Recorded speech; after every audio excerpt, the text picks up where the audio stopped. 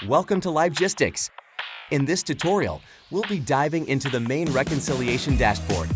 To access it, click on the reconciliation icon on the left-hand side of your screen. Once you're on the main reconciliation dashboard, you have two options. You can either select an invoice from the existing list or create a brand new one. Let's start by selecting an invoice from the pre-existing list. Here, you'll find a comprehensive list of all the tickets generated for your project. It's all neatly organized for your convenience. But if you need to create a new invoice, it's a breeze. Just click on the New Invoice button at the top of your screen. Now, we'll walk you through the process. Begin by entering the invoice number from the paper invoice you received from your customer.